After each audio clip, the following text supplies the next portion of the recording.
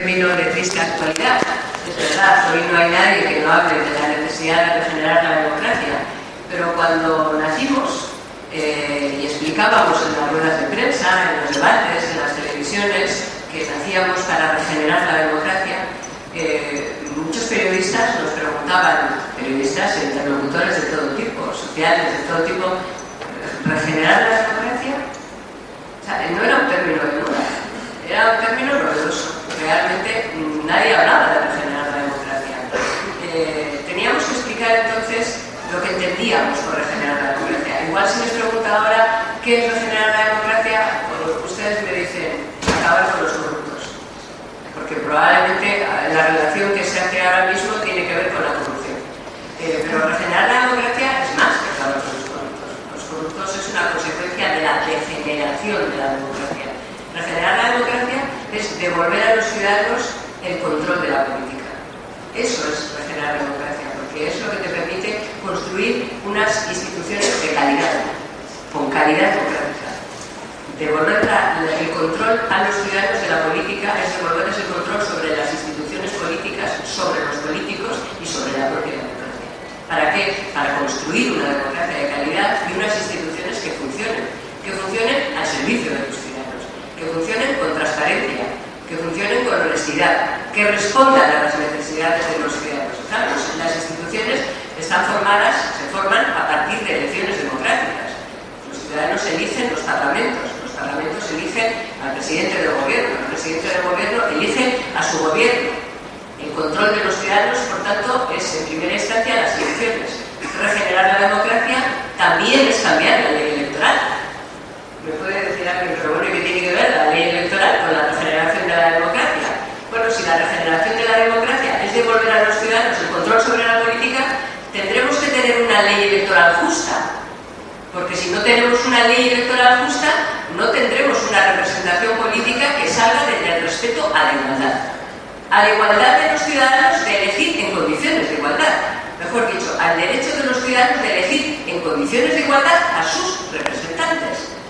Por tanto, devolver a los ciudadanos el control sobre la política es cambiar una ley electoral hecha a las postrimerías de la dictadura, aprobada durante la transición, aplicada durante la democracia, que estaba diseñada para consolidar el bipartidismo en España. La ley electoral es profundamente injusta, no desde la perspectiva de los partidos políticos que no somos PP o PSOE, porque estaba diseñada para dos grandes formaciones políticas. Daba igual cómo se llamaran, estaba diseñada para que esas dos grandes formaciones políticas tuvieran asegurada la alternancia. Que, oiga, estamos en política, no hace falta que lo diga, pero la alternancia no es lo mismo que la alternativa. La alternativa es otra política. La alternancia es el paso del tiempo y ahora me toca a mí y luego te toca a ti, porque ya hemos hecho una ley para que me toque a mí y luego a ti. Y solo nos pueda tocar a ti o a mí, aunque defendamos lo mismo y tengamos nombres distintos. Cambiar la ley electoral es una reclamación de democracia pura, porque la Constitución que proclama, en el 23 o el 24, proclama el derecho de los ciudadanos a elegir en igualdad de condiciones y a ser elegidos en igualdad de condiciones. Cuando se vulnera el derecho pasivo de no poder ser elegidos en igualdad de condiciones, que es un derecho de los partidos políticos de competir en igualdad de condiciones uno con otro, como digo, se vulnera un derecho pasivo, el derecho a ser elegido en igualdad de condiciones. Pero el derecho más importante que se vulnera con un sistema electoral como el que tenemos en España, que es profundamente injusto, es el derecho positivo, activo, de cada uno de los ciudadanos, de elegir a tus representantes en igualdad de condiciones. Hoy el voto no vale lo mismo según en la parte de España que votes. Según en la parte de España que votes, o al partido que votes dentro del mismo lugar de España, tu voto puede valer 1 o 5 o 6 o 7. Entonces, si partimos de la base, que es de la que yo parto, y así se lo quiero explicar, de que regenerar la democracia empieza por devolver a los ciudadanos el control sobre la política, los políticos y las instituciones políticas, cambiar la ley electoral se convierte en un elemento clave para regenerar la democracia. ¿Por qué creen ustedes, siguiendo con la misma reflexión, que las cosas desde el punto de vista de la degeneración y de la corrupción política ha llegado hasta donde ha llegado? ¿Por qué creen ustedes que ha ocurrido lo que ha ocurrido, por ejemplo, en las cajas de ahorros? Y hoy es un buen día para hablar de ello. Acaba de publicarse el informe pericial de Bankia y hemos descubierto en el informe pericial de Bankia algo que nosotros ya sabíamos o presumíamos cuando presentamos la querella Bankia, que desde el año 2010 se estuvo perpetrando una estafa y que se falsificaron las cuentas desde el primer momento. ¿Es que llegaron a la dirección de Bankia personajes como Rato, por ejemplo? No, es que había una estructura corrupta en los consejos de administración de las cajas de ahorros, que son el 51%, que eran el 51% del sistema financiero español. Es que había un sistema diseñado de una forma que tenía que terminar necesariamente de esta manera, en el que nadie ejercía un control de responsabilidad. ¿Por qué? Porque los consejos de administración de las cajas de ahorros estaban repartidos a pachas, si me permite la expresión. Dependiendo quién hubiera ganado las elecciones, tenías más consejeros si eran del PP o del PSOE, el restante tenía más, después otros le tocaba Convergencia y Unión, otros les tocaba a Izquierda Unida, otros les tocaban a los nacionalistas, que siempre tienen una guinda, una roja y otra verde, una para Convergencia y Unión, otra para el PNV, por supuesto las asociaciones empresariales y por supuesto los sindicatos. Y daba igual que la caja de ahorros estuviera en Andalucía, que estuviera en el País Vasco, que estuviera en Madrid o que estuviera en Galicia. El sistema era el mismo. Los partidos políticos nos lo repartimos. ¿Por qué pasaba eso? Porque tenían una ley electoral que les garantizaba la permanencia en el poder. Y porque habían llegado a creer que había impunidad. Y que, bueno, pues que eso había que perpetrarlo de esa manera. ¿O es casual que ese mismo modelo se repitiera en todos los sitios?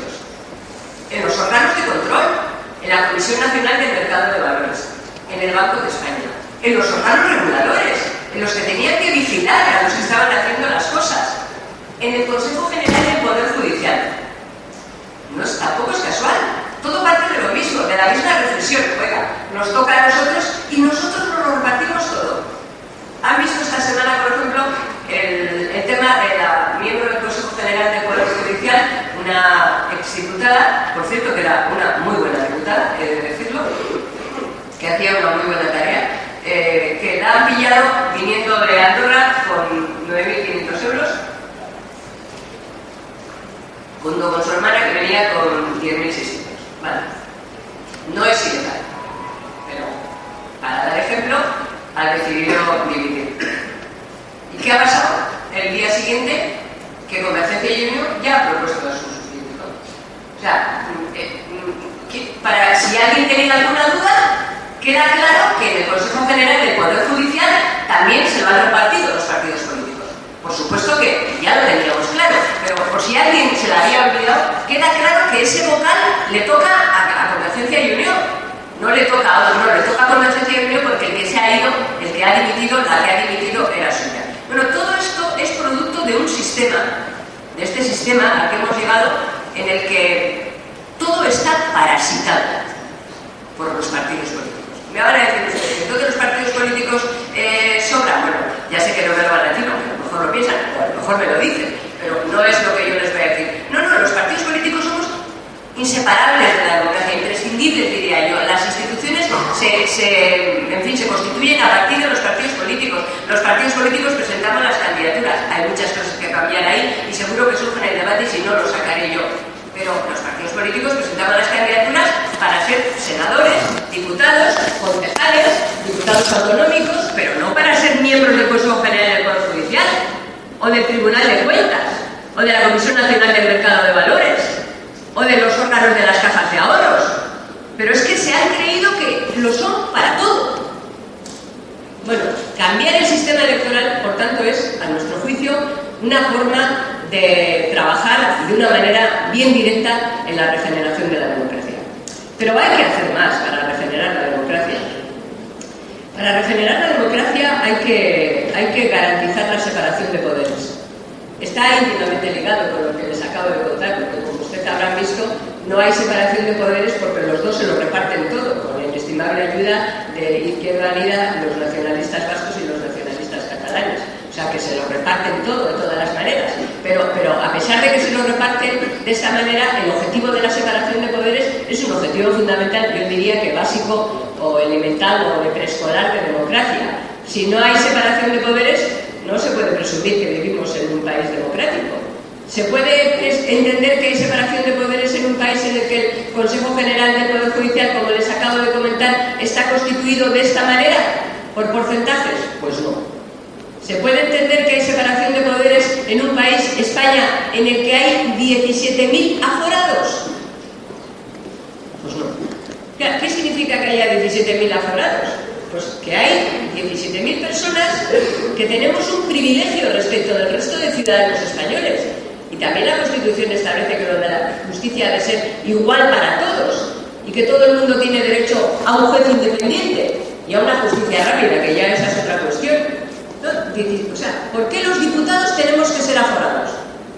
Y los senadores, y el gobierno, y 8.000 jueces, y todos los diputados autonómicos, y todos los gobiernos autonómicos, y todos los defensores del pueblo, y todos los adjuntos de los defensores del pueblo?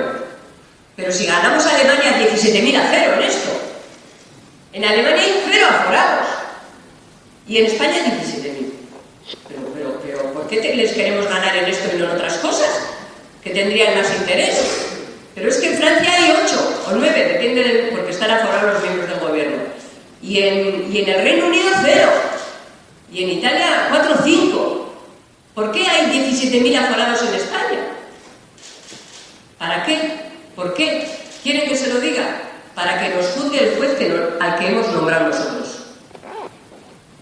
Sé que suena muy crudo y que sé que es exagerado dicho así, ¿me entienden? Porque no es exactamente que cada uno haya nombrado a un juez para que lo juzgue, pero ustedes me entienden. Nombra el Consejo General del Poder Judicial, cada vez nombra a los presidentes de las audiencias, cada vez nombran, y así, etcétera, etcétera, etcétera. No, yo quiero que me juzgue el mismo juez que le juzga a cualquier ciudadano. Porque una cosa es el aforamiento, que no tiene ningún tipo de sentido y con el que se puede acabar, pero hay que cambiar la Constitución para acabar con ella. Y otra cosa es que tenga un diputado o un senador derecho a la libertad de expresión y que no le puedan juzgar por decir lo que piensa, por la libertad de expresión, por la libertad ideológica. No estamos hablando de eso. Estamos hablando de que solo nos puede juzgar el Superior de Justicia o el Supremo. Entonces, eso no tiene ningún sentido, no tiene ninguna explicación ni ninguna necesidad. Bueno, pues nosotros planteamos que se cambie en 24 horas la Constitución. El artículo 71.3 de la Constitución, creo que es el 71.3, y el artículo 102.1, que es el que proclama el aforamiento del gobierno, el primero de ellos, y de los diputados y senadores, el segundo de ellos. Si cambiamos la Constitución en 24 horas, como se cambió el 135 de la Constitución, para constitucionalizar el pago de la deuda por encima de la sanidad y la educación o cualquier otra cosa, si la cambiamos, aquello fuimos capaces de cambiarlo en 48 horas, bueno, 24 desde que nos enteramos, ¿cómo no vamos a ser capaces de cambiar esto? Porque a partir de ahí se cambia la ley orgánica del Poder Judicial y se desaforan a los jueces. Y a partir de ahí se inicia el procedimiento de cambiar los estatutos de autonomía y todo lo demás. Pero tenemos que dar ejemplo nosotros los primeros. No vamos a empezar por los jueces, que lo hacemos a través de una ley orgánica mientras mantenemos nuestro aforamiento. La separación de poderes es un elemento clave y que todos seamos iguales ante la justicia es un elemento clave. Naturalmente, para regenerar la democracia y para ir finalizando con este tema y terminar en aquello que hoy sería la respuesta a la que recibiría de cualquier ciudadano en la calle al que le dijera que es para usted regenerar la democracia, que sería acabar con los corruptos, meterlos en la cárcel y que paguen lo que han robado, sería lo que sería, no es lo que me dice cualquier persona con la que hablo cada vez que hacemos un acto como este y fuera de una universidad. Para acabar, para regenerar la democracia, que también es terminar con la corrupción política, hay que hacer otras cosas. Algunas de ellas son reformas de leyes. Hay que cambiar el Código Penal. Pero hay que cambiarle en lo sustancial, de verdad. Por ejemplo, en fin, perdónenme que diga muchas veces eso de ustedes saben, porque es retórica pura. Yo ya sé que esto lo saben, pero por si acaso me apoyo en ello. Es que hoy la financiación ilegal de los partidos políticos no es delito. Es la prevaricación, otra serie de delitos que pueda estar incorporada, que pueda, en fin, haber conllevado la financiación ilegal de los partidos políticos, que se pueda asociar. Hay que probar otro delito y probar que con ese delito se financió el partido político. Pero la financiación ilegal de los partidos políticos no es un delito del Código Penal, como no lo es el enriquecimiento ilícito de los cargos públicos, de los cargos electos. Llevamos 7 años pidiendo que se incorporen esos delitos en la reforma del Código Penal.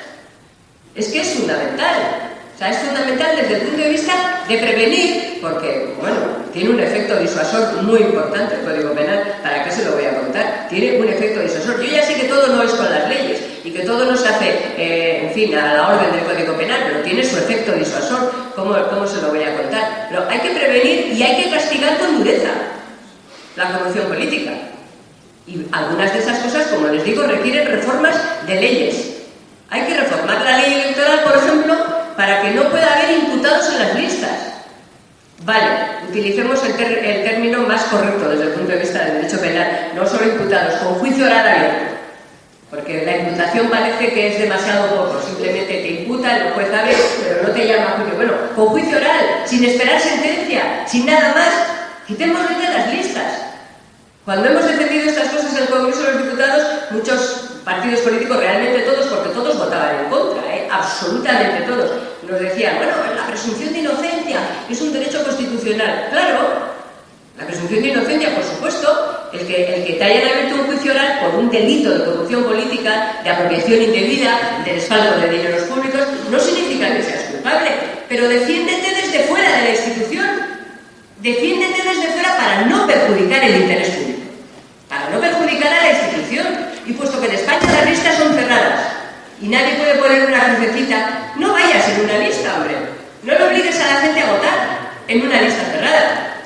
Bueno, hay muchas cosas de estas que son importantes, que tienen que ver con la prevención, que tienen que ver con la persecución, si me permiten la expresión, y que tienen que ver con el castigo, y que son imprescindibles para regenerar la democracia. Para regenerar la democracia, para tener unas instituciones de calidad y para que los ciudadanos recuperen la confianza en la política. Porque, no lo dije antes, pero lo diré ahora, él me definía como un animal político, efectivamente me pidió permiso para utilizar el término, no sé si se han dado cuenta, pero yo me reivindico como una política. No me da vergüenza decir que soy política. Hay mucha gente en este momento en España, bueno, y desde hace mucho tiempo, que les preguntabas tú qué haces y te bueno, yo soy arquitecto y tal, pero bueno, ahora soy diputado. Usted es un político. Reivindiquémonoslo, porque yo creo en la función de la política, en la función pública. Sé que sin política no hay democracia. Hace falta buena política, pero la alternativa a la mala política no es la no política. Eso es del pasado. Donde no hay política ya se sabe lo que hay, no hay democracia y lo que hay son dictaduras. Yo reivindico la política, el valor de la política y la necesidad de la política. Y por tanto este debate que hacemos, que es un debate político, me parece extraordinariamente interesante y termino esta parte de la regeneración de la democracia planteando que para eso hace falta política de calidad, política transparente, instituciones transparentes y además un control de los ciudadanos mucho más activo que el que se da hasta el momento presente.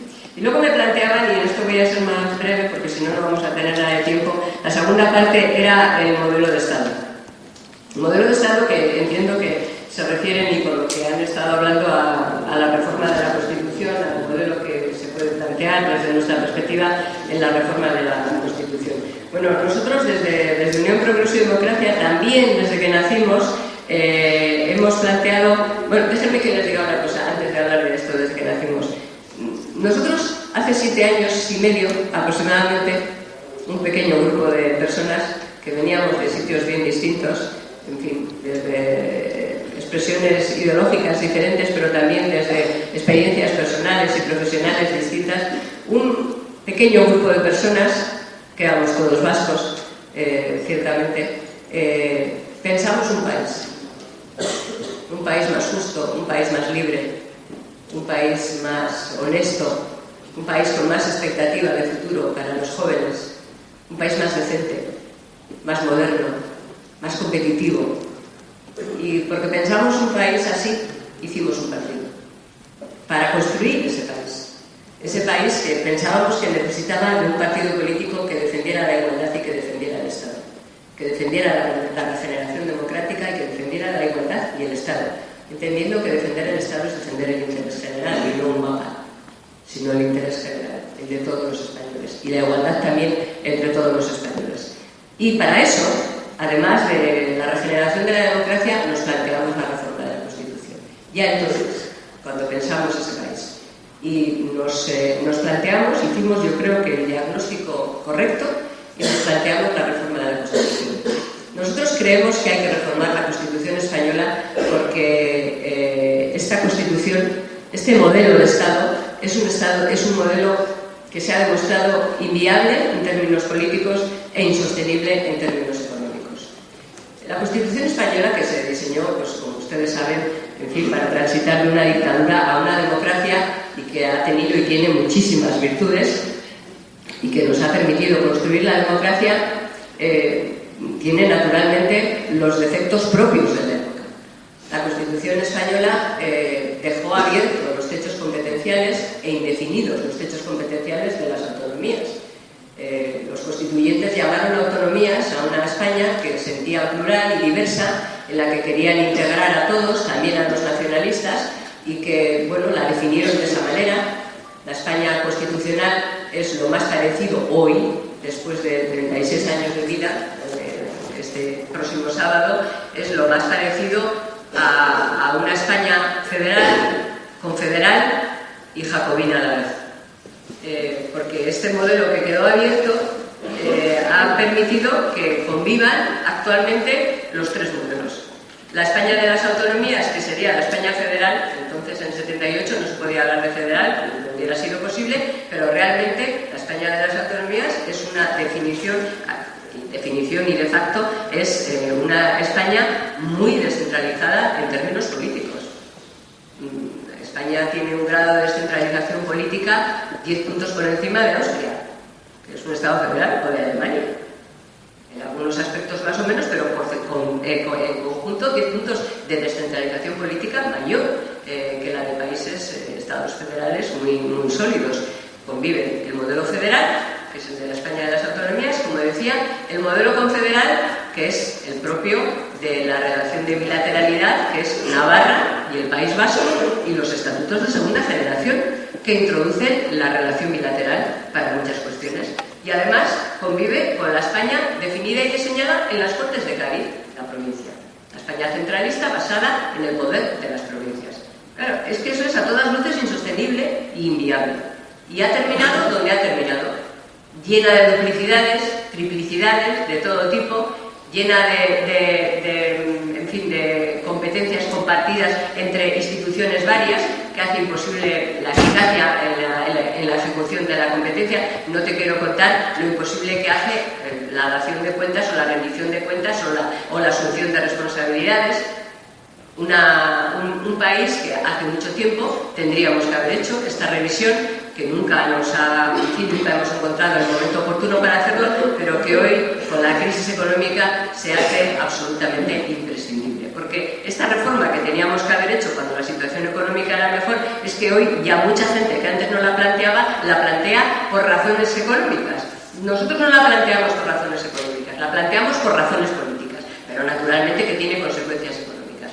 Nosotros creemos que hay nuestro proyecto, nuestra propuesta política, es una reforma de la Constitución en la que, con un modelo federal, nosotros le llamamos federal cooperativo, para que nos entiendan, pero lo que creemos es que España tiene que diseñarse con una alta descentralización política, sí, el modelo federal, pero con una cláusula de prevalencia, que es el Estado.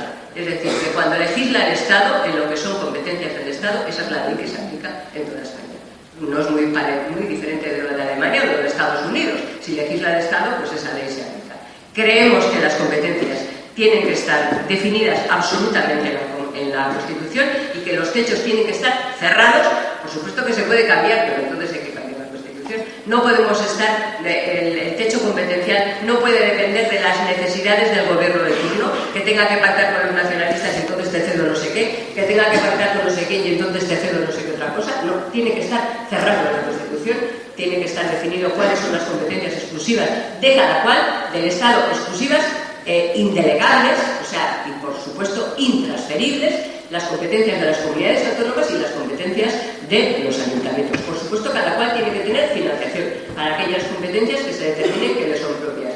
La gestión de algunas competencias, tampoco hace falta que lo diga, pueden depender de otro nivel, pero quien proclama el derecho, por decirlo de otra manera, tiene que tener instrumentos para que ese derecho se haga efectivo en condiciones de igualdad en toda España y a todos los españoles. En condiciones de igualdad, efectivamente, en toda España y en todos los españoles, y para todos los españoles. Consideramos, por ejemplo, que el Estado tiene que recuperar la competencia en materia sanitaria y en materia de política social, la competencia, porque, insisto, las leyes son nacionales y se proclaman derechos a la salud en determinados derechos básicos y a la prestación de servicios sociales básicos, pero luego, como la competencia es de las comunidades autónomas, pues depende de dónde vivas, te dan un antibiótico, te ponen una prótesis, dependiendo de dónde vivas, teniendo la misma enfermedad. O sea, no la misma enfermedad o necesitando la misma prestación, si me permite la expresión coloquial. Quien proclama el derecho tiene la competencia. Nosotros creemos que la sanidad y los servicios sociales tienen que ser competencias del Estado y, por supuesto, que el Estado tiene que recuperar la competencia en materia educativa.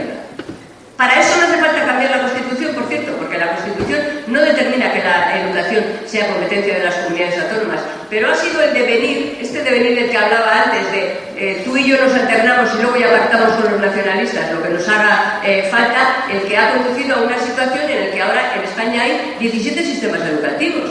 Es que esto es insostenible. En fin, ¿es insostenible económicamente? Sí. Pero no es lo peor. Ya sé que en una situación de economía precaria como la nuestra bastaría eso para decir que hay que pagar una revisión. Pero no, lo peor no es eso, porque si dijéramos, oiga, ¿qué cara nos sale de la educación en España? ¿Qué cara nos han salido estos 17 sistemas con 13 leyes, creo que son en este momento autonómicas distintas? ¿Qué cara nos sale que la movilidad de profesores por toda España sea prácticamente nula? Y, o sea, tan difícil mover a un profesor desde Rotterdam hasta Madrid que moverlo desde Sevilla hasta el País Vasco. O sea, qué difícil nos ha resultado, o sea, o que la movilidad de los alumnos sea igual de complicada. Es complicadísimo. Ahora, qué bien nos ha salido. Somos líderes en el mundo. Entre las 100 mejores universidades hay 80 españolas. Cuando nos califican a nivel europeo, bueno, los españoles estamos en el mejor nivel. Pues no, nos ha salido carísimo y el sistema va fatal. Ya sé que no es solo por los 17 sistemas educativos, pero es que es imposible hacer un pacto de Estado en materia educativa cuando no se puede pactar a nivel de Estado, porque hay 17 comunidades autónomas con las que lo tienes que pactar. ¿Cómo vamos a hacer un pacto a nivel nacional si hay 17 comunidades autónomas que tienen leyes educativas y que hacen que el currículum común en este momento solo sea común en un 25%? Bueno, pues hay que recuperar algunas competencias. El urbanismo hay que subirle, no tiene que estar en los municipios, hay que subirle de nivel, y determinadas cosas son autonómicas y otras que quieren que les cuente. El urbanismo está en la base de la mayor parte de la corrupción política que hay en España. O sea, hay que hacer en España una reflexión, en fin, sin prejuicios, como la que hacen los países serios del mundo, que cada X tiempo, Alemania lo ha hecho hace 5 o 6 años, pues revisan lo que ha producido la aplicación de las leyes, las consecuencias prácticas de las leyes. El legislador, cuando legisla, hombre, en fin, salvo casos, supongo, extremos, no quiere fastidiar. O sea, hace las leyes pensando que los resultados de las leyes, bueno, salvo algunas, pues van a ser positivas. No hay que pensar que está pensando esto va a ser horrible y tal. Pero bueno, las leyes hay que analizarlas a la luz de las consecuencias, hay que revisarlas. Y oiga, y si resulta que esta ley, que yo creía que iba a tener un efecto muy positivo en esto y esto y en lo otro, ha tenido una consecuencia negativa, pues la cambio. Y si no la ha tenido, pues la mantengo. Bueno, esto es lo que tenemos que hacer en España.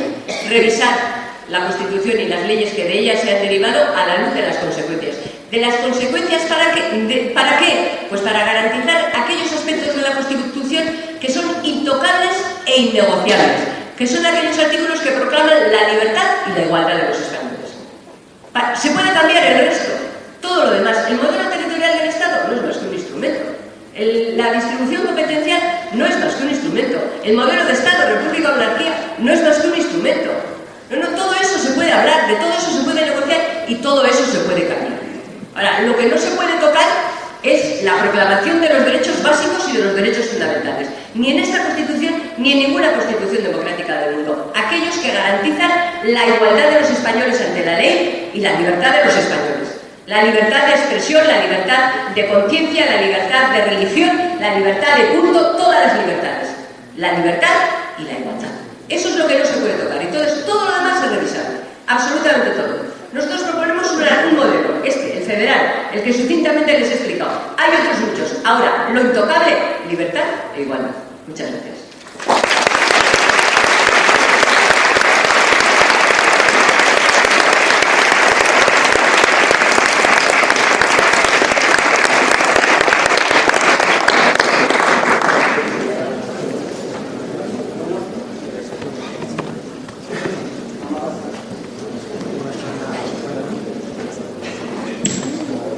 Vamos a pasar al turno de preguntas. Me levantan la mano, pero antes, no sé si han visto que hemos puesto un stand con preguntas que la gente libremente le ha hecho a Rosa.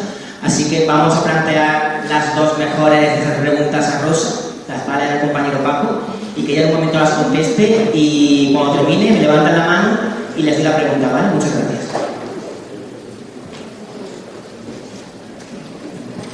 Buenas noches, Rosa. Hemos puesto durante una semana y hemos seleccionado los mejores. Aún así, ahora recolectaremos todas las que he puesto y se las entregaremos a usuario para que las lea ya de vuelta a Madrid o cuando usted pueda. La primera pregunta es estrictamente política. ¿En qué parte del espectro político tienen cabida los liberales en un país como España? Y la segunda pregunta está relacionada con la Unión Europea, que también tiene mucho que decir probablemente de la regeneración democrática. ¿Fue un error firmar Maastricht en 1992 para el sector primario de España? Muchas gracias.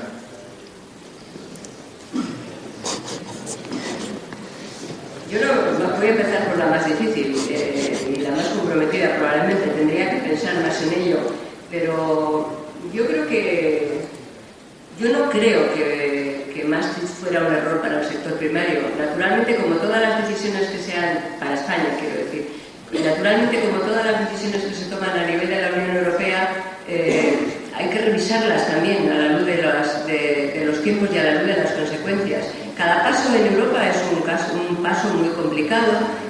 Siempre se dice, y además es verdad, que siempre son 2 pasos adelante y 1 paso atrás.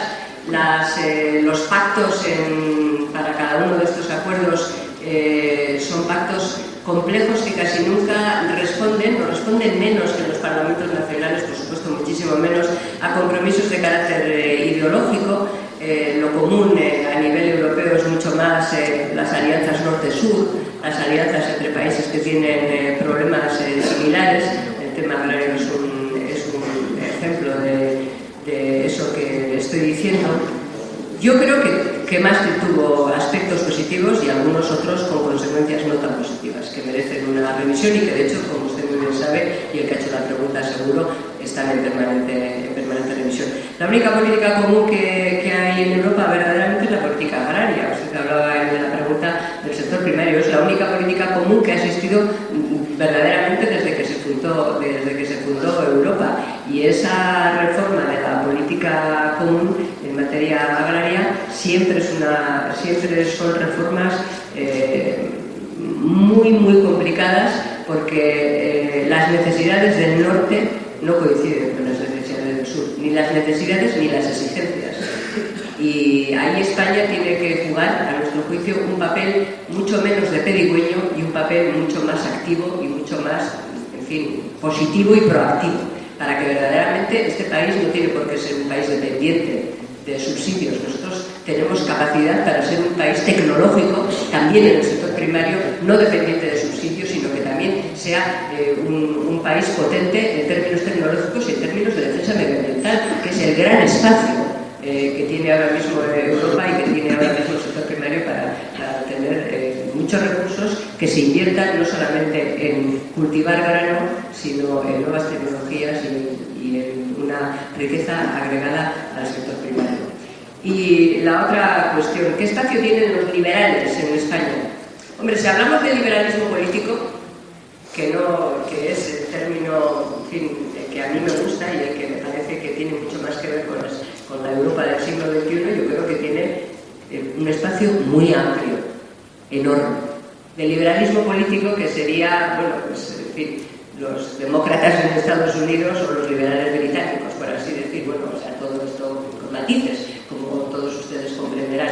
Yo creo que hay un espacio amplísimo, es ese espacio entre la socialdemocracia y el liberalismo, que creo que es mayoritario en España, creo que en la expresión política es mayoritario. Lo que pasa es que a veces somos muy dependientes de las palabras y de cómo identifican las palabras lo que queremos decir. Entonces, si tú le preguntas a un joven o a una persona no tan joven, igual es complicado, gente de mi edad, ahora que lo pienso, le preguntas si eres liberal, va a pensar inmediatamente en el liberal capitalista y el liberal en términos económicos. Si le preguntas dónde te sitúas en la tabla entre derecha e izquierda, que es lo que hace el CIS, pues te encuentras que en ese espectro está el 80% de los espectros. Entre la izquierda, o sea, en ese centro sociológico, no digo ideológico, está la inmensa mayoría de los ciudadanos españoles. Entonces yo creo que ahora, en fin, esta combinación de la idea del liberalismo político y de la igualdad, que es el mix entre la socialdemocracia y el liberalismo político, yo creo que es el proyecto en el que conviven la inmensa mayoría de los ciudadanos, que es el que mantiene la Europa social, el que garantiza la libertad, pero un Estado que garantice los derechos básicos a los ciudadanos, o sea, un Estado que intervenga para garantizar los derechos básicos a los ciudadanos. Bueno, ahí estamos. En todo caso, ahí estamos nosotros también.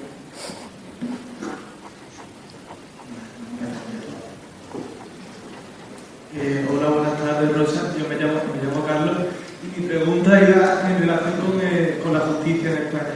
Estamos presenciando actualmente se dilata mucho la justicia, que los procesos judiciales se van alargando en el tiempo y en la sociedad se percibe una sensación de impunidad.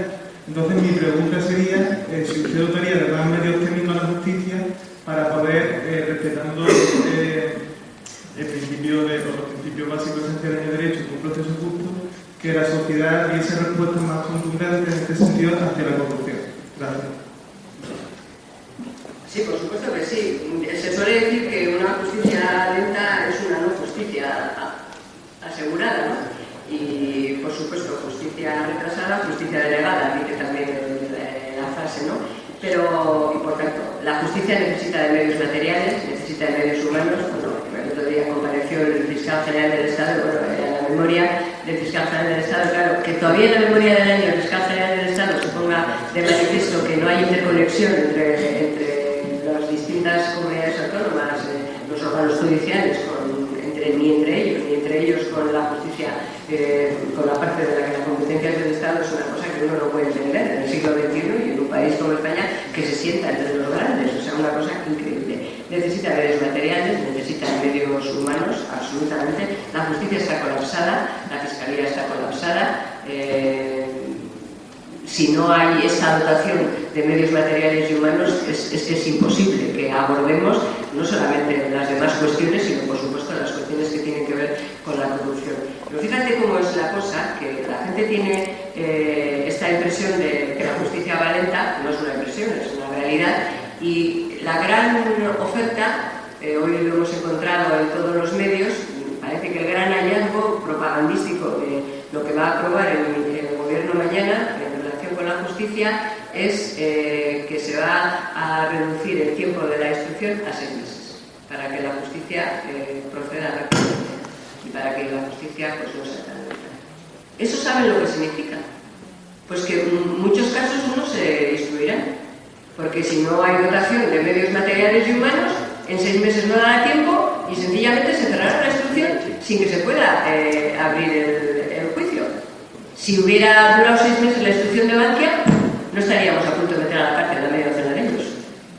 Es verdad que la justicia tiene que ser más rápida, pero si lo primero que haces es limitar el tiempo del enjuiciamiento y de la instrucción, pues te has cargado la posibilidad de que la justicia actúe. O sea, es mejor que tarde 1 año que tarde 3 en instruir. Pero sobre todo lo que es mejor es que instruya. O sea, porque la alternativa no puede ser que se limite la instrucción. Hay que dotar de medios materiales y de medios humanos, si no, lo demás es imposible. Hay que dotar a la Audiencia Nacional, hay que especializarla para combatir la corrupción y para juzgar los casos de corrupción. La Audiencia Nacional, que es un órgano deslocalizado, por tanto que puede actuar en toda España, tiene que, hoy que ya no hay afortunadamente terrorismo nacional, vamos a llamarlo así, y que no está tan dedicada al terrorismo nacional, tiene que seguir trabajando, pero no tiene tanta necesidad de dedicarse a eso. Bueno, hay que especializarla.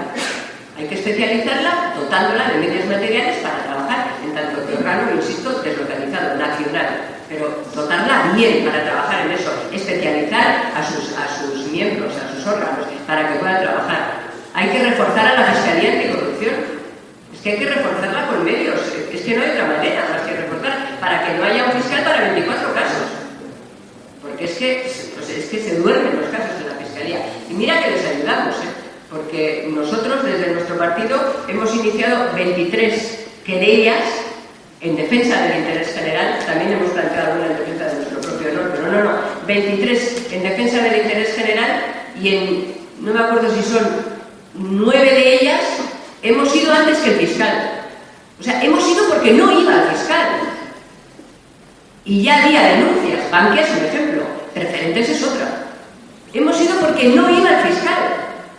Y el fiscal ha ido detrás, demostrando que teníamos razón, porque le daba tanta vergüenza no ir que ha tenido que ir. Pero también en lo demás hemos ido delante de nosotros. Lo demás quiero decirlo de Actus más. O sea, también nosotros nos hemos querellado antes que el fiscal. 3 veces, por cierto.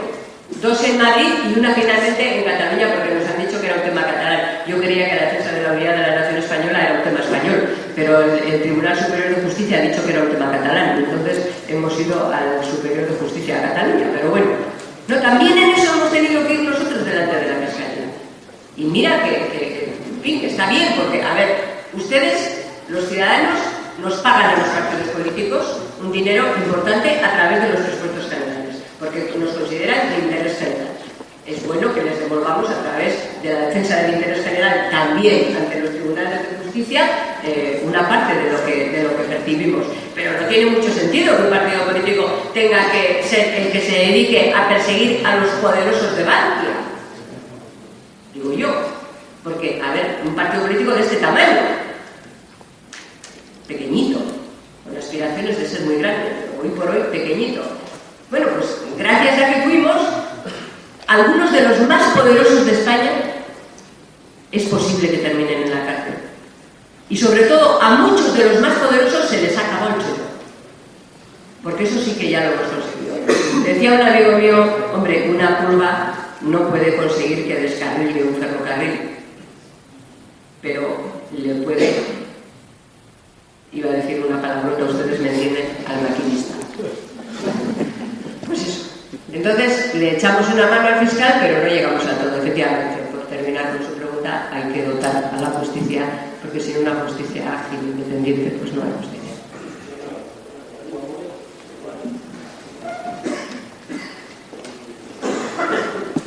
Buenas tardes, señora Díez. Mi pregunta es bastante concreta porque veo que en este país, como puede ver usted aquí, la mayoría somos gente más o menos joven, la que estamos aquí escuchando esta idea de regeneración.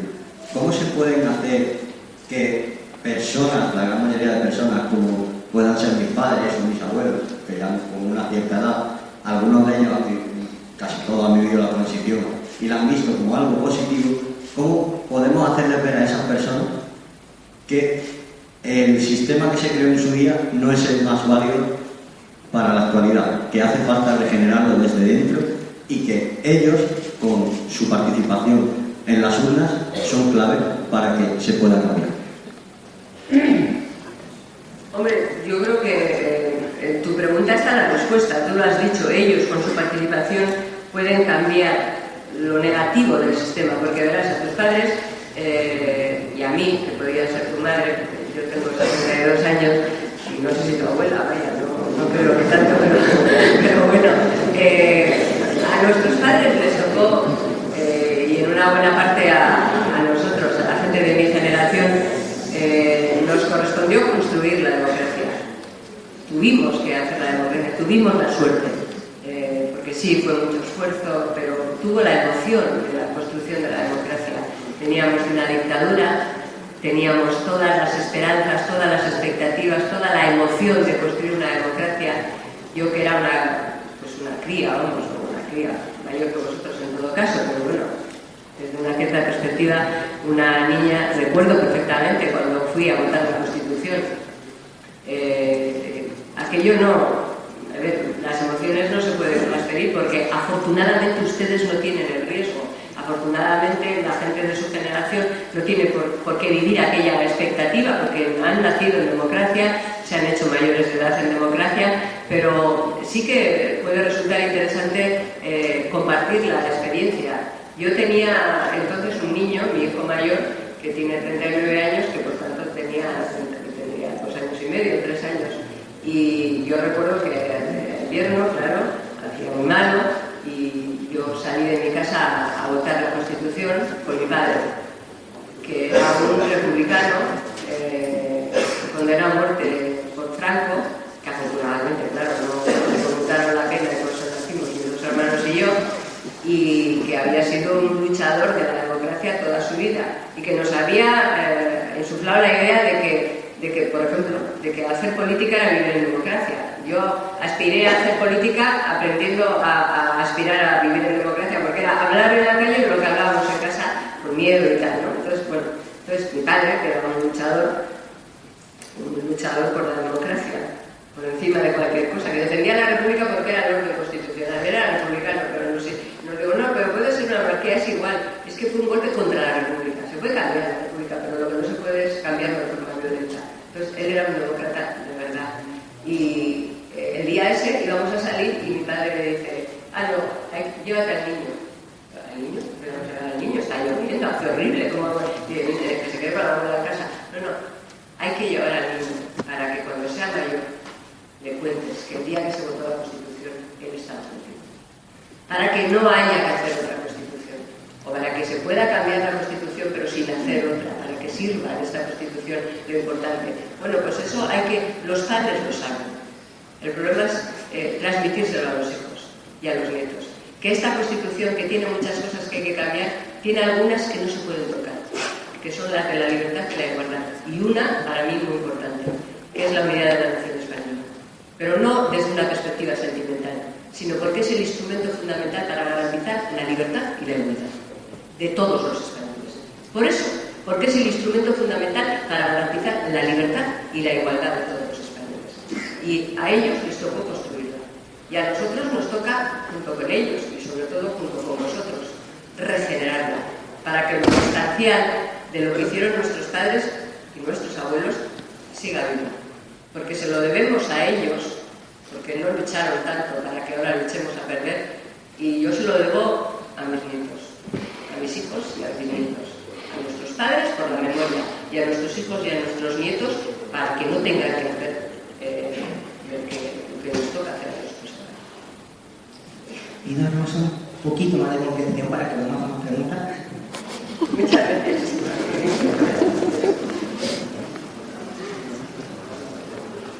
Buenas tardes.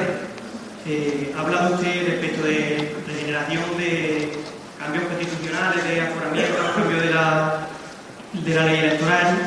Ha tratado también el tema de la corrupción, pero no ha hablado de la temporalidad de los cargos.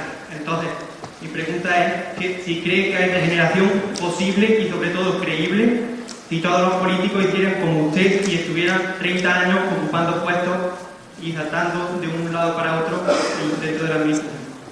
Muchas gracias.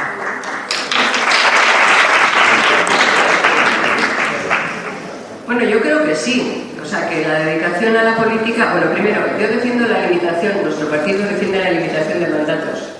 Uno puede dedicarse a la política toda su vida, ser político, porque yo entiendo que un ciudadano es un político, y tener una dedicación pública al servicio de los ciudadanos toda la vida. No solo puede, sino que debe, en la medida de lo posible. Y a mí me parece que eso lo he hecho toda la vida y lo voy a seguir haciendo, esté en un cargo público o no esté en un cargo público. Yo defiendo, nuestro partido defiende, cuando digo yo, me refiero a nuestro partido, entiéndanlo así, la limitación de mandatos. Defiende la limitación de mandatos, sí, que no se pueda presentar, que no pueda tener un cargo más de 2 mandatos seguidos o 3, dependiendo cuál, el mismo cargo. Pero no defendemos que hay que echar a la gente de la actividad política si los ciudadanos les eligen en otro cargo y en otra actividad. lo defendemos así. Puede haber partidos políticos que piensen que no, que lo importante es que cada cual llegue 4 años, o piensen que puede uno estar en el cargo toda la vida. A nosotros nos parece que es muy coherente con la regeneración de la democracia y la limitación de mandatos, de la misma manera que defendemos las listas abiertas, para que los ciudadanos puedan poner las crucecitas en las listas y poner a uno o a otro en un sitio o en otro.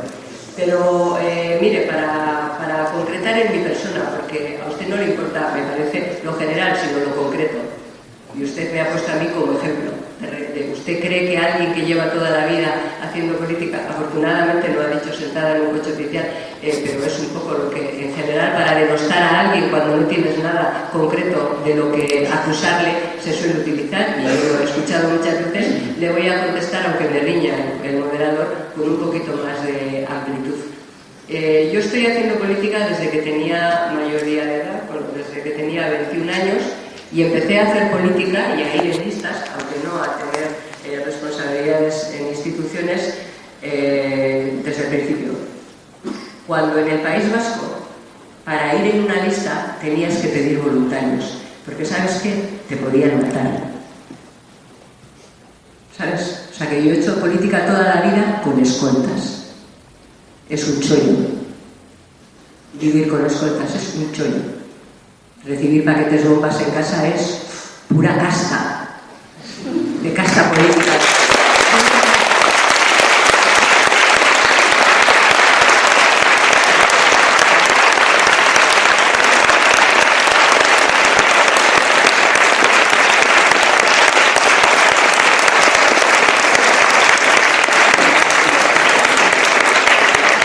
Y así, en esa situación, he hecho política toda la vida. Y además he hecho lo que me gusta. Me gusta la gente y me gusta representarla, porque me gusta la gente y tengo el orgullo de representarla. Y el día que no me voten, pues no les representaré. Y no me podrán votar más de 2 veces en el mismo cargo, porque en mi propio partido tenemos esa restricción. Pero sí, me apasiona la política y se puede regenerar la política haciendo política de esta manera.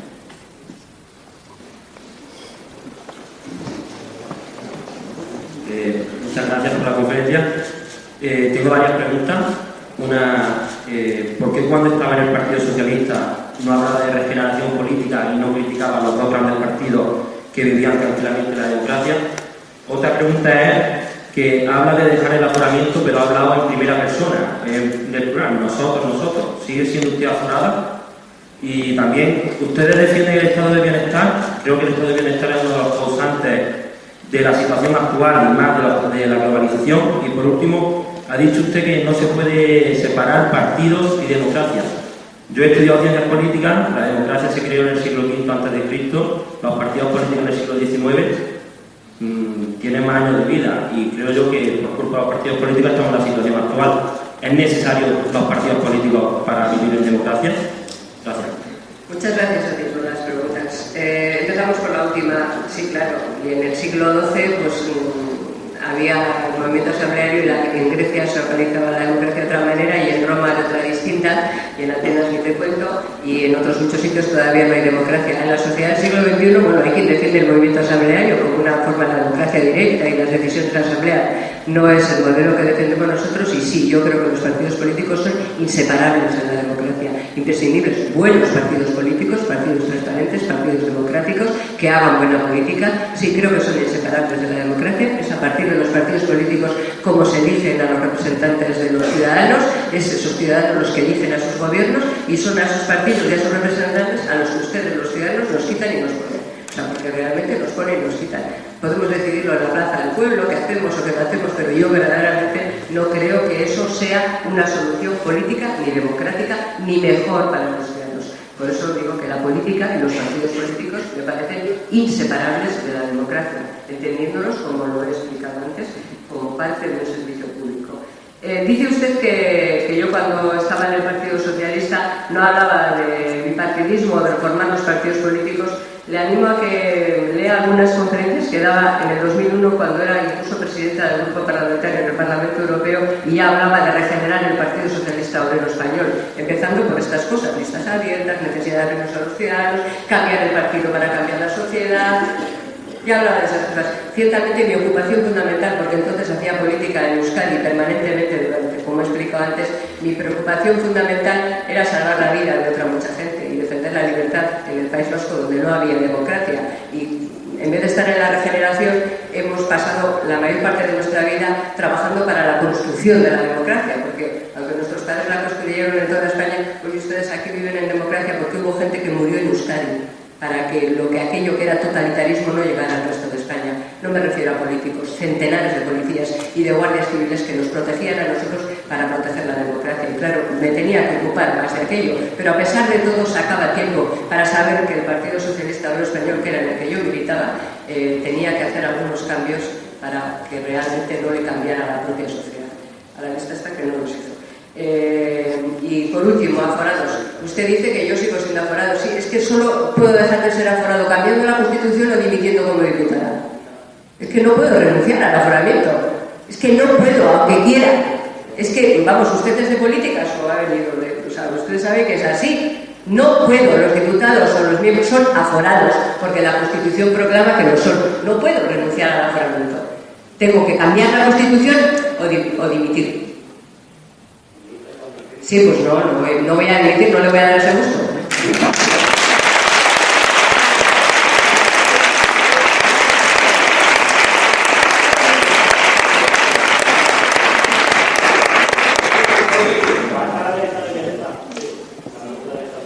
¿Qué falta al estado de bienestar? ¿En qué sentido? Perdón, no. Claro. ¿El estado de bienestar es el culpable de la crisis?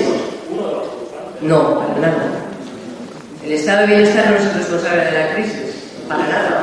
No sé cómo se puede llegar a la conclusión de que el estado de bienestar, que es una conquista de la sociedad democrática, es el culpable de la crisis. O sea, que la culpa la tienen los 2 millones de españoles que no cobran subsidio de desempleo. Son los culpables. A los que el estado de bienestar les ha dejado de lado son los culpables de la crisis. O los que se han quedado sin becas escolares o sin becas de comedores, ellos son los responsables de la crisis. No sé cómo se puede plantear eso. Francamente no lo comparto.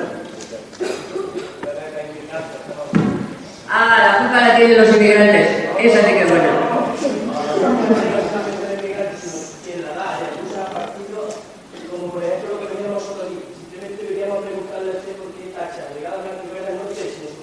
No le entiendo nada de lo que está diciendo, no lo oigo.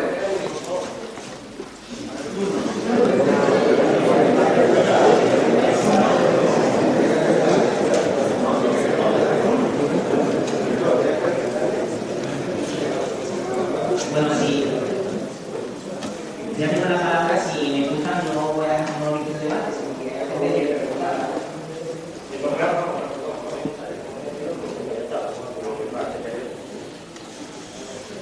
Pedimos respeto, porque si estamos llevando a cabo esta actividad para que haya un respeto, si se da un turno de palabra ya lo han tenido, así que que tengan respeto.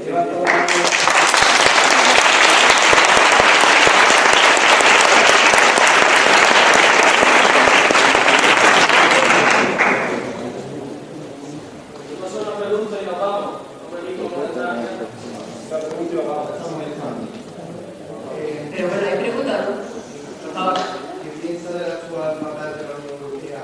No estoy de acuerdo, discúlpame. ¿Qué piensa del actual papel de la Unión Europea en este país basado en la austeridad para la crisis? Pasado, es que no te oigo bien porque... la austeridad, ya. Bueno, verás, el problema de la... Vamos, primero, yo creo que la Unión Europea ha gestionado muy mal la crisis económica en toda Europa y por tanto también en España, que como el resto de países europeos nos hemos visto, vamos, metidos en la misma política de austeridad como objetivo y por encima de todo. Yo creo que ha habido una malísima gestión impuesta, vamos, fundamentalmente el modelo alemán, que es el que más se ha impuesto en esta materia. Ahora, afortunadamente, se está revisando. Podríamos decir que desde hace un año aproximadamente los dirigentes europeos son conscientes de la necesidad de la austeridad selectiva, por decirlo de alguna manera. No solamente hay que tener recursos para pagar las deudas, por decirlo simplemente, que era un poco el debate del 135, sino que hay que ser selectivos, es decir, dónde ahorramos o de dónde recortamos, porque es que si no, aunque no fuera mal, no sea por la propia solidaridad, es que estamos matando educando al niño, o sea, realmente estamos abocando a un fracaso también económico y también generacional. El problema es que no le podemos echar la culpa a Europa. Es decir, nosotros como miembros de la Unión Europea, como país, y nosotros como el resto de países, tenemos un margen de maniobra. Y esa es una responsabilidad de cada uno de los gobiernos. La Unión Europea establece el déficit. En fin, el déficit máximo al que podemos llegar los países. Establece para todos, pero no te dice cómo puedes llegar a ese déficit. Eso ya es una decisión que le corresponde a cada uno de los países. O sea, tienes un margen, tienes una capacidad para actuar dentro de ese límite de una manera u otra. Y eso es una decisión autónoma de cada uno de los países. La Unión Europea no nos dice a los españoles, por ejemplo, que tenemos que mantener las diputaciones provinciales, que nos cuestan 6.000 millones de euros al año y recortar en becas, o recortar en educación, o recortar en políticas sociales, o en políticas sanitarias. No, te dice que tienes que alcanzar un determinado déficit. No te dice que tienes que mantener 17 órganos consultivos, uno en cada comunidad autónoma, sobre las políticas medioambientales, con no sé cuantísima gente que forma parte de los mismos. Ni te dice que tienes que mantener todas estas superestructuras absolutamente inútiles. Ni que tienes que construir aeropuertos para que corran conejos porque no hay aviones. Ni que tienes que hacer líneas de metro sacando las estaciones a concurso para que vengan los arquitectos más maravillosos del mundo a hacer las bocas de metro en vez de, en fin, ser como las que hacen en Londres o en Nueva York. Entonces, quiero decir, austeridad, sí, pero para crecer y para redistribuir en condiciones y para ser solidario y para garantizar el modelo social y el estado de bienestar, sí, a los ciudadanos, y la igualdad de oportunidades a los ciudadanos. Por eso nosotros llevamos ya algún tiempo tratando de plantear en España las dos cosas. Primero, el gobierno recorta porque le da la gana, no está obligado a recortar. Recorta donde quiere porque prefiere recortar ahí. Hombre, aquí llega dinero, a Andalucía llega dinero, por ejemplo, porque tiene que llegar para la competencia en materia educativa. Es el gobierno el que decide recortar en educación y mantener varios canales de televisión. Pero puede dedicarlo a educación, pero el gobierno decide hacerlo así como lo decide el gobierno de España. Entonces, hay un margen. O sea, la mala no es Angela Merkel. Sobre Angela Merkel podemos tener todos nosotros la opinión que tengamos. Pero es que los gobiernos que tienen, primero, capacidad para ir allí, opinar e influir. Que no es ir a opinar solo, opinar e influir, formar parte. Y después tienen capacidad para venir a España, en este caso, y decidir cómo se consigue llegar a ese déficit. Y si en vez de perseguir el fraude fiscal, lo que haces es amnistiarlo, pues 70.000 millones de euros que se te van de las manos, que podías perfectamente utilizarlos para llegar al objetivo de déficit. 70.000 millones de euros al año, ¿eh? Pero es una decisión del gobierno, la amnistía fiscal, en vez de perseguir el fraude.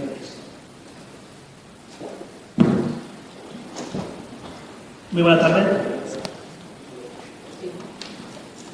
Bueno, mi pregunta gira en torno, aunque en el ámbito económico pueda tener un efecto casi irrisorio, sí que puede tener un fuerte impacto moral o ejemplar o ético. En el caso de que ustedes llegaran al gobierno, ¿estarían dispuestos a abordar o a tratar el tema de los salarios de los parlamentarios, más concretamente del gobierno, especialmente en el caso de, una vez terminado el mandato, cobrando sueldos vitalicios que rondan los 75.000 euros? Y bueno, y de forma tangencial, aunque dos preguntas, si me quiere contestar. ¿Viste el presunto fracaso que ha habido con Ciudadanos? ¿Hay posibilidades de que en un futuro cercano puedan pactar y unificarse o colaborar hasta cierto punto? Muchas gracias. Bueno, sí, gracias. La primera cuestión que plantea. Nosotros planteamos en el Congreso de los Diputados hace ya más de un año la necesidad de que hubiera una ley nacional que fijara las retribuciones de todos los cargos públicos de España. Que las fijara con un criterio de que el que más tiene que ganar es el presidente del gobierno y a partir de ahí todo está abajo en función de su responsabilidad.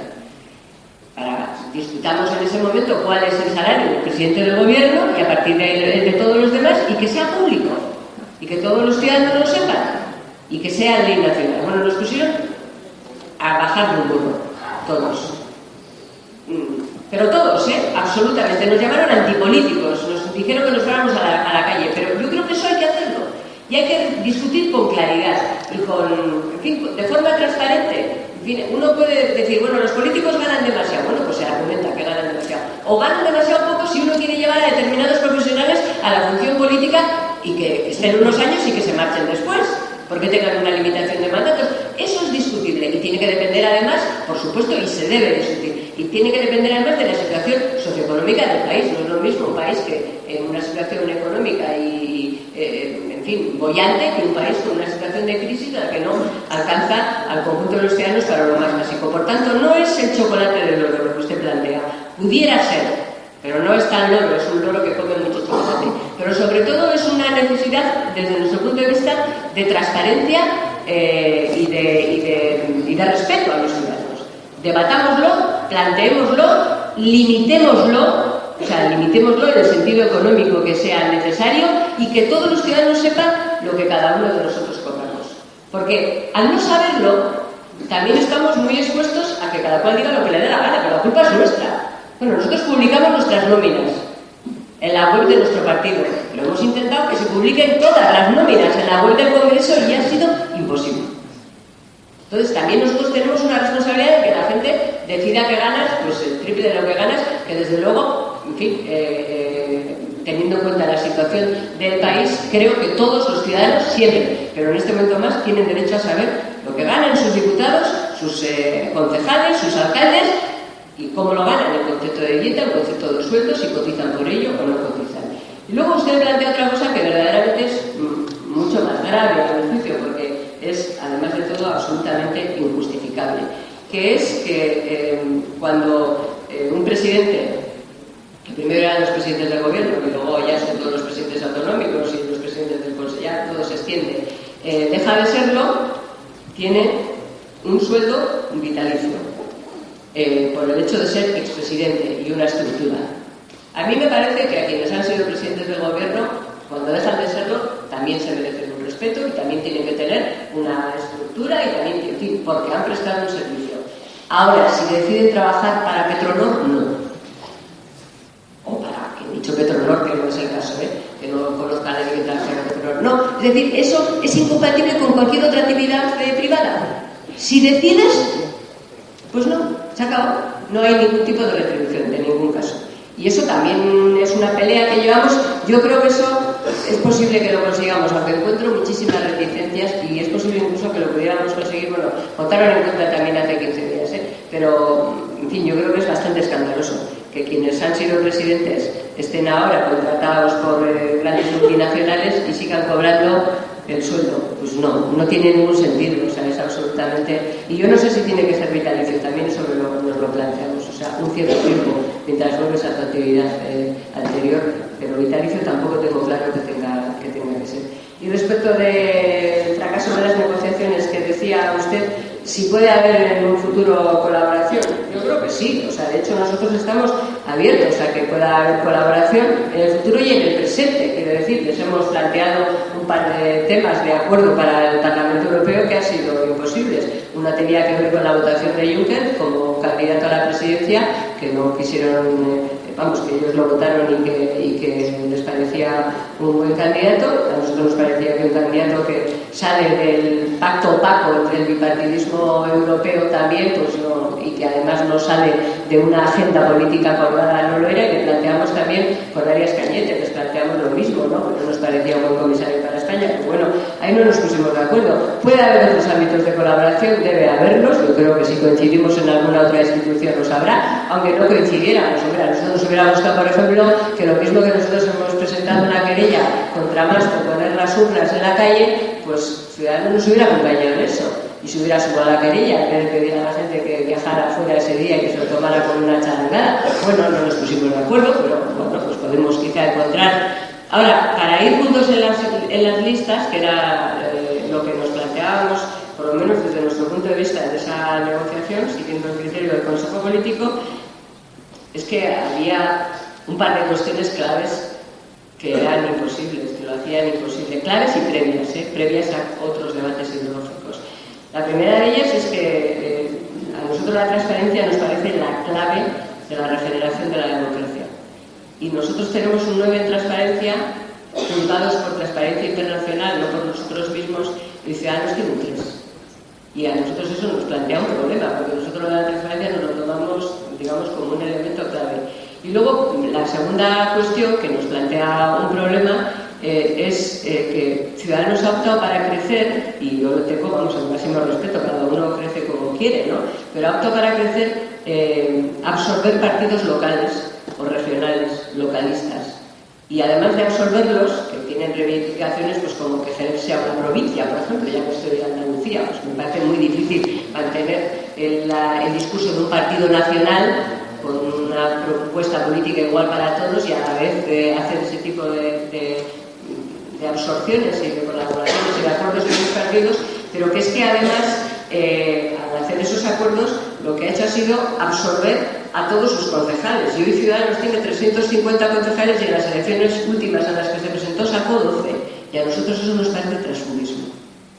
Entonces, si cambian esos dos pequeños problemas, podremos seguir hablando de la educación, competencia del Estado, de la sanidad, competencia del Estado, otras cosas que ellos no defienden y que ya son cuestiones de carácter ideológico. Pero primero tienen que resolver esas cuestiones que he dicho pequeñas irónicamente. Nos parecen cuestiones importantes. Gracias. Yo tengo un tren. O sea, bueno, no tengo ningún tren, voy a contarme eso. Nos quedan 20 minutos cortos, así que vamos. 20 no.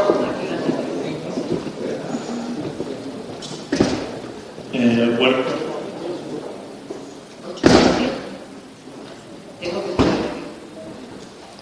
Bueno, muchas gracias por la conferencia. Mi pregunta es muy concreta, es rápida. El caso que usted llegase a ser presidente del gobierno, ¿qué se plantearía hacer con el cementerio de elefantes que hoy es el Senado? Cerrarlo. Sí, si España hace una constitución federal y se constituye una cámara regional, como puede ser Alemania o tal, pues tendría sentido. Hoy no tiene ningún sentido, es una cámara de segunda lectura absolutamente inútil y lo que hay que hacer es dejar de decir, salvo que... No, cerrarlo. Hola, buenas tardes. Ha sido un placer escucharla. Quiero preguntar un par de preguntas que me tenemos. Una, ¿usted no cree, por ejemplo, usted sabe que bueno, a partir del 15M, pues entiendo que se han ido cambiando las cosas en este país y han puesto en entredicho, bueno, pues que los políticos, en este caso los representantes políticos que están en el Congreso, han vivido de espaldas a la sociedad. Y bueno, y al hecho me atengo, ahí está estos desahucios y ahí están emergiendo fuerzas sociales y políticas nuevas que incluso, bueno, pues le están dando un espacio político cuando llega la elección municipal, pues quizás una voz distinta a la actual. Y después también, bueno, pues la sociedad ha interpretado, y entre ellos yo, que cuando firman el acta de diputado, bueno, pues son distintos, no son representantes. Entonces, bueno, pues estos diputados son representantes legales, pero lógicamente al firmar el acta de diputado, pues se sitúan en un plano muy superior al resto de los mortales. Y esos elementos han hecho que la sociedad, bueno, pues se movilice, vayan surgiendo movimientos sociales, vayan atendiendo demandas, lógicamente, como estos desahucios a nivel estatal, bueno, hay problemas de diversa índole. Usted todo lo que ha apuntado, lógicamente, bueno, pues esto es un tema que se está debatiendo permanentemente desde hace ya muchísimo tiempo y entre la mayoría, la minoría, los pactos y demás, no se ha llegado a ningún tipo de solución. Ni se ha reformado el Código Penal, ni ha habido acuerdos realmente para el tema de vivienda, ni ha habido tampoco, por ejemplo, ni ha estado el representante público cerca de la ciudadanía, nada más que en actos, conferencias, pero a pie de calle o a pie de obra. Entonces, todos estos elementos han hecho, lógicamente, que emerjan movimientos sociales e incluso fuerzas políticas diferentes. ¿Usted no cree, por ejemplo, que tendría que cambiar no solamente la ley, la actitud con P y la actitud con C? Son dos elementos que el representante público tiene que hacer lo suyo. Y no solamente la ley es lo que cambia el político, sino esos dos elementos, la capacidad y después la voluntad de trabajar con el pueblo. Solamente eso.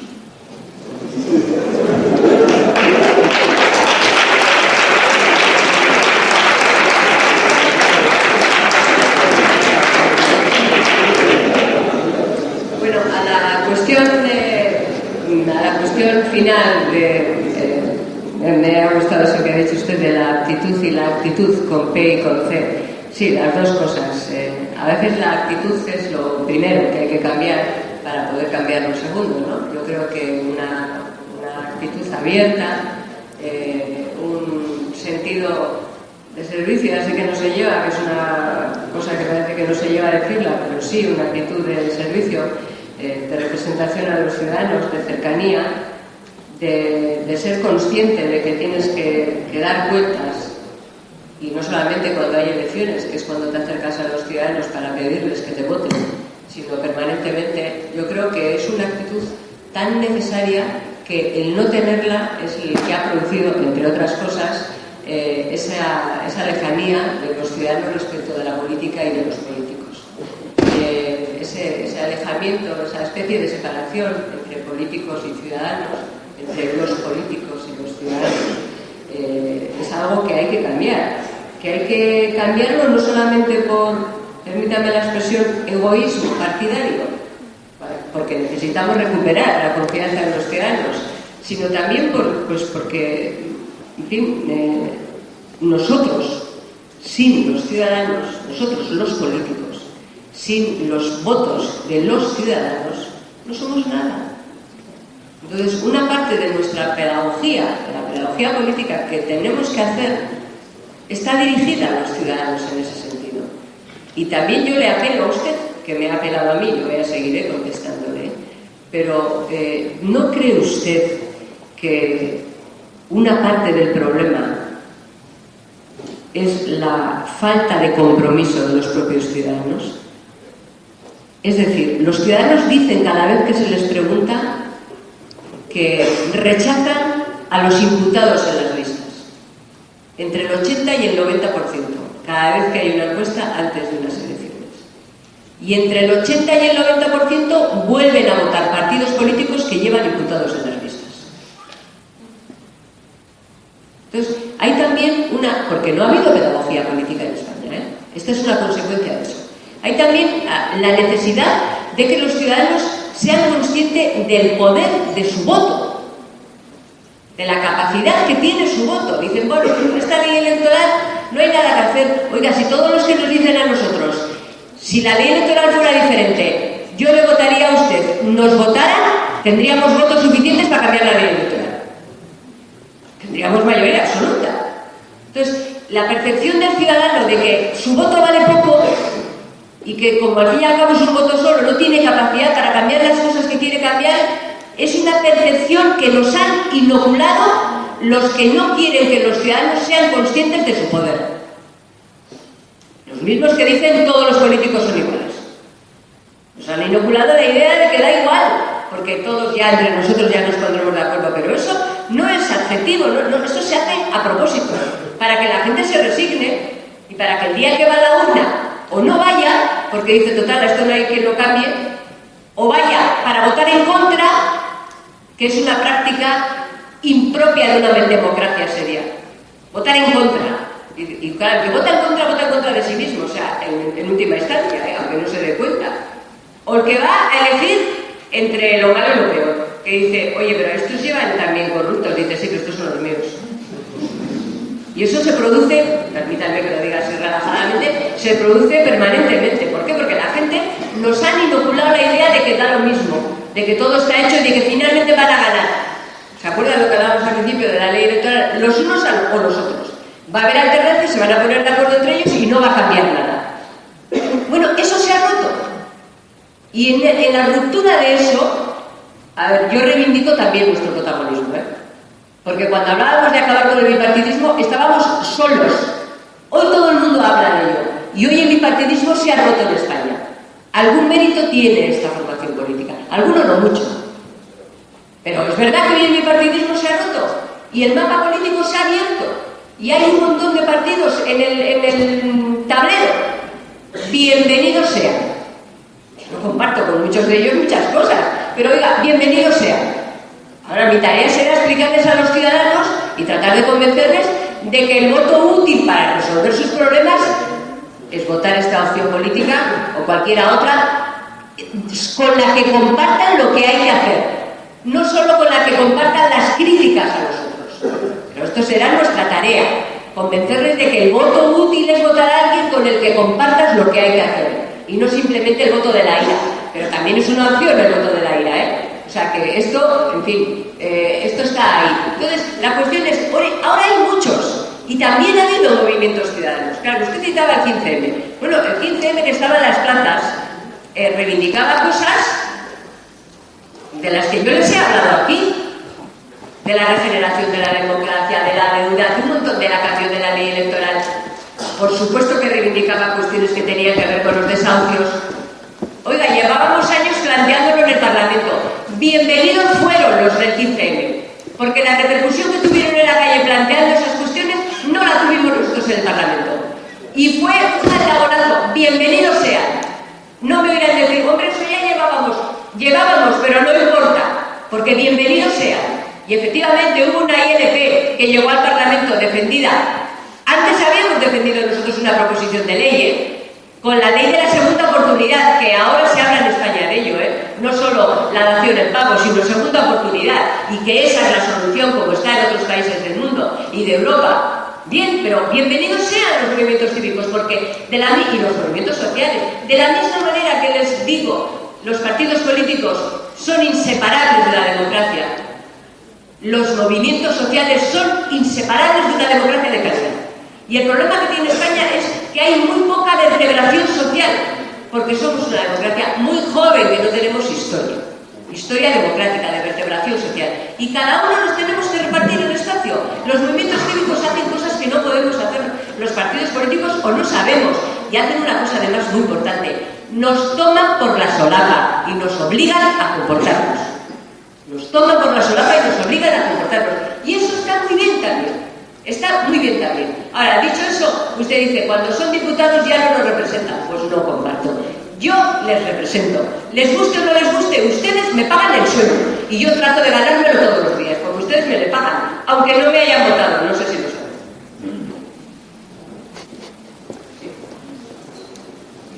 Bueno, vamos a dejar por aquí ya. Realmente es sería una buena técnica hacerle la pregunta y obligarla a que se quedara aquí. Sería una buena técnica, pero no lo haremos. Le pedí permiso antes para llamar al canal político, le pido ahora también permiso para citarla. Nos decía antes la señora Díaz que hacer política es vivir en democracia. Quiero dar las gracias a todos ustedes por venir esta tarde a hacer política, por hacerla, por hacer, y quiero dar las gracias a todos por vivir en democracia. Bueno, muchas gracias.